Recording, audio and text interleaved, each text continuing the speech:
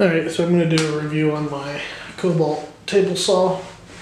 I think I've had it for 3 years, maybe 4 years. I don't really remember exactly when I got it. I've had it for a while. I've had a lot of chances to use it, so I think a long-term review is a little better than a unboxing. So I'll start with the new version of this saw is slightly different. The colors are a little different. The front is blue. I believe this one is black. That's black. It has a different switch system. This one is on, plugged in. This one that is on and off. The newer ones have a flip down cover for stop. It's a bump to stop it, and then you have to lift it up and then push the button underneath to turn it on. So I know that's different on the new ones. The guide for the fence is a little bit different. You see mine is kind of slanted on the front. The other ones are more square. I kind of like the slanted one. I don't know if the other ones are maybe they square up the fence a little better or something. Like I said, I haven't used those. But I actually like how this is slanted because it's kind of a perfect angle to be able to see it. You don't have to get directly above it and look straight down. I also know that the accessory storage is also a little different on the new ones. I think there's a metal bracket that sticks out here on the side that holds the fence, and then the miter gauge slides into the side of that. On this one, you have the miter gauges up here, and then the fence slides down here on the side. Let me see if you can see that. I don't know. Yeah, you should be able to see it. So the fence on this one pops off.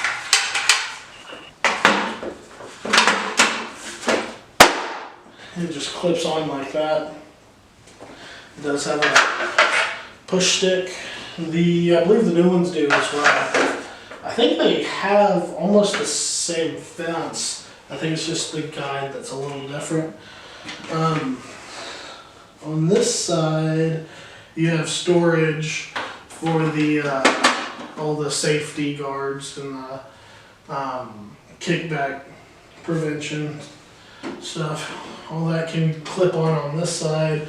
You can also take the fence, if you wanted to, you can set the fence on that side as well.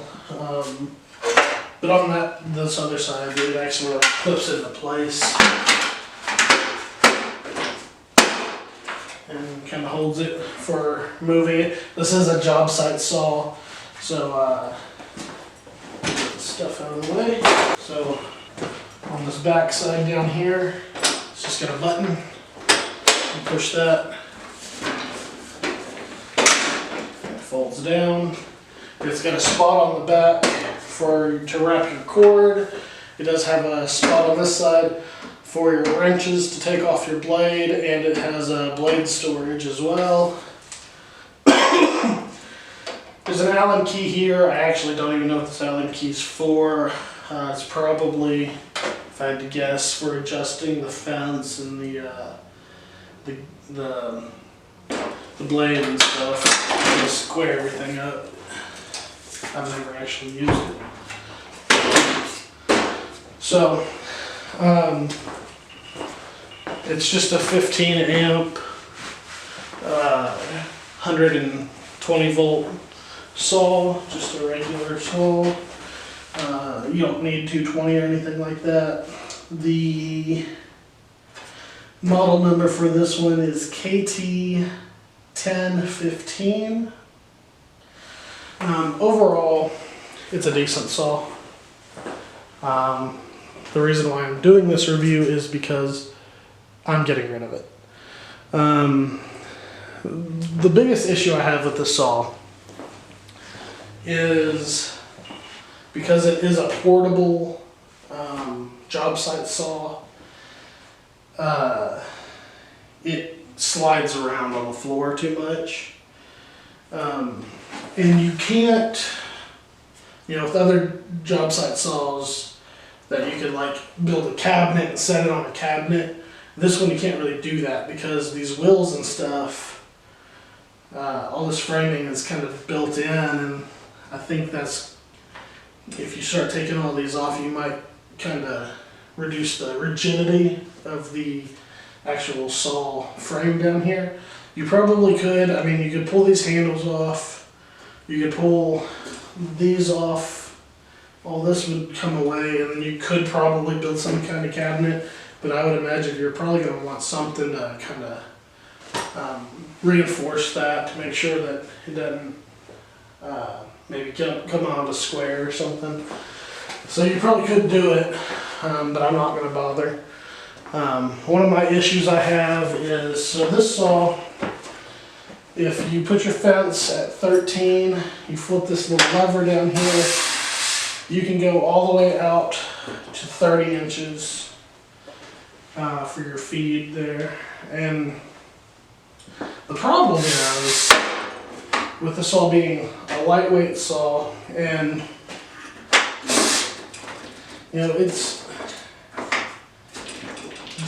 this wing does pretty much lock in there pretty good, so accuracy wise, that's not really an issue. But the problem is, once you throw that wing way out here at 30 inches and then you're trying to feed, maybe try to cut something down to maybe like, 48 by 30 or something like that. If you're trying to cut something large on this thing is just going to start sliding around on you, and it's just not safe.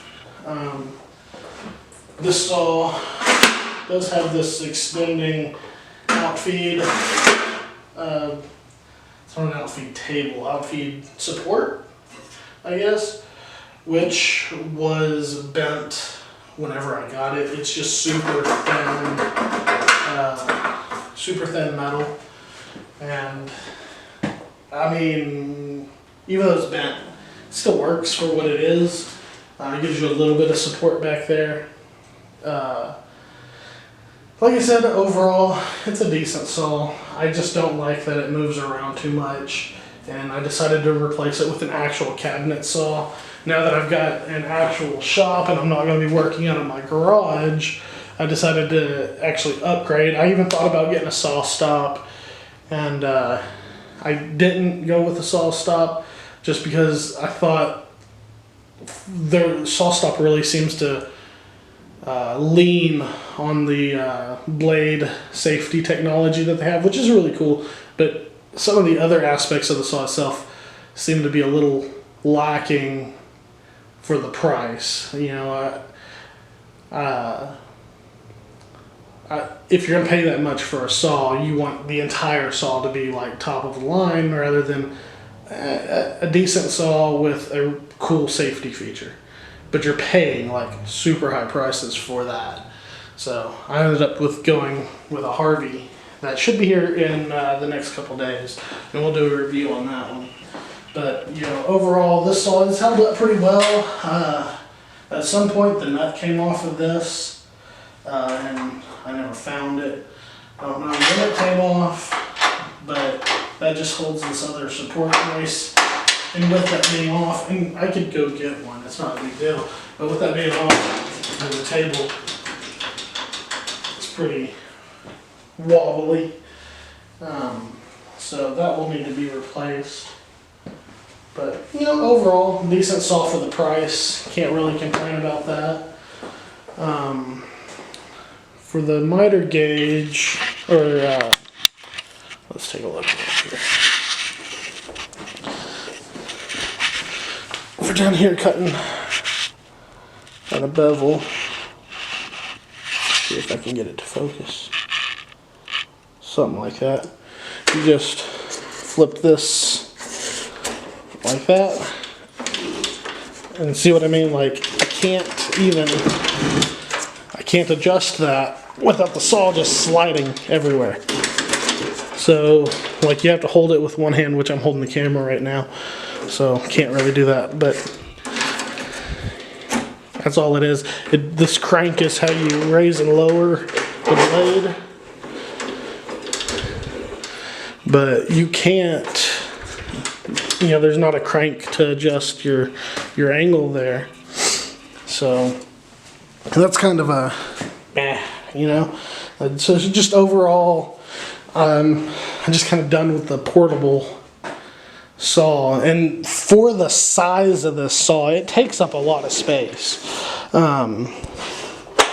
Because look, even pushed down to where, you know, you're at your as compact as this saw will get. You got here's the edge of your table. You still got all the wheels and the handles sticking out, probably another foot there. And then on this side, you got another, maybe a little over a foot here. So I mean, for being a compact saw, it takes up a lot of space. So that was kind of one of the negatives there, is for a smaller saw, it's not actually very small. And what I noticed is, you know, to be honest,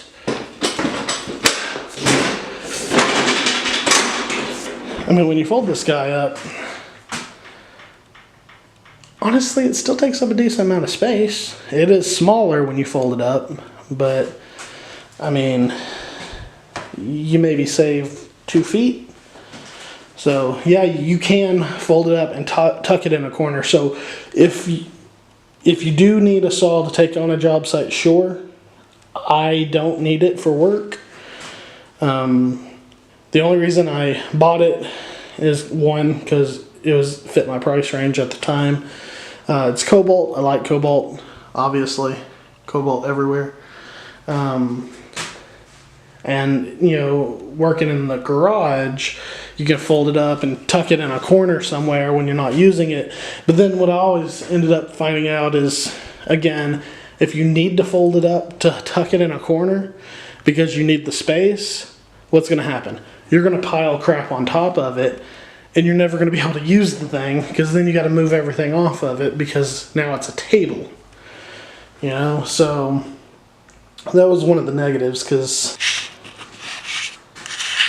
so that was a negative. I would always end up just piling crap on top of it. You can kind of take a look down here. I will say one plus for this saw. Honestly, the dust collection on it is actually pretty good, to be honest.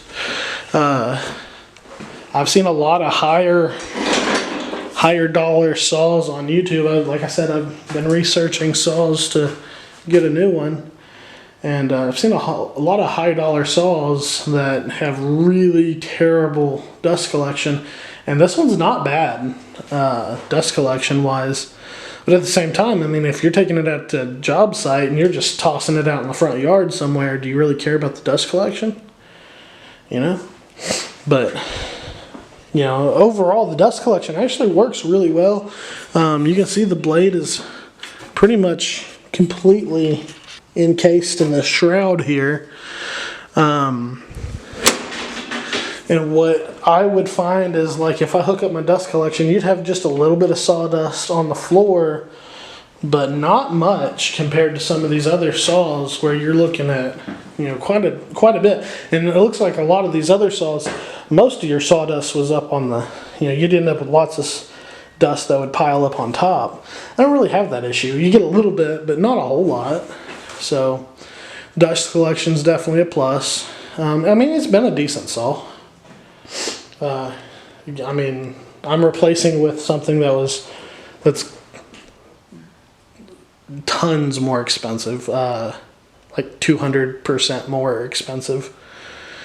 So I can't really compare this to the new saw. That wouldn't be fair at all. Just overall, yeah, I would say it's fine. My main issue was the safety issue with it moving around the shop when you're trying to cut something. Because these floors, I do have textured floors in here, so they should hold stuff pretty well. But this saw, when you turn it on, it's not that it vibrates a whole lot. I mean, it does a little bit, but nothing crazy. But with that little bit of vibration, plus you trying to, feed some stock into there, it will start to slide on you, and then that ends up with cuts that are all zigzagging and stuff, so that's not good. Let's see, what else to say here. Here's what I was talking about as far as storage for your, this guy here. That just pops off like so, and then it will actually clip on right here like so, or I think it's like so. It clips on like that, and then this guy here pops off and will clip on right there like so. So it's got a spot to store everything, so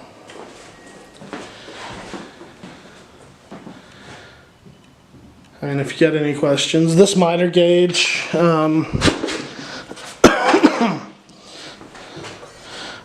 which I've never actually adjusted it, so you see it's pretty loose. I don't know if you can get it any tighter than that. I've never tried. It does have stops.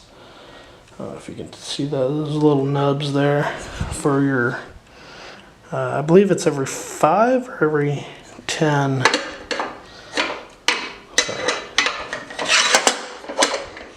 So this one you just loosen it up. Let's see, it's every 15. You hear it clicking there?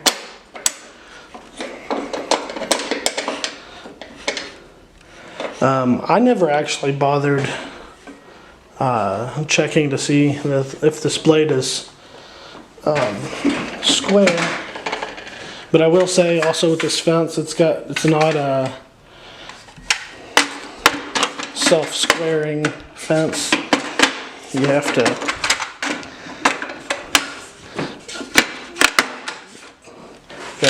lock it down, and then you have to put a square back here, check it, and then lock the back down. So you do have to square it every time. It doesn't square itself. That's also a negative. But it's not that big of a deal. I mean, square, you got them laying around everywhere. Just throw a square on it and you're good to go. So there you go. That's the Kobalt. This is, like I said, this is the older model.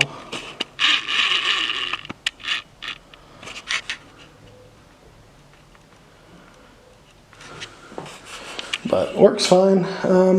If you're trying to feed something through too fast, you will bog it down. I don't know what the the horsepower is on this motor, but it's just a 15 amp.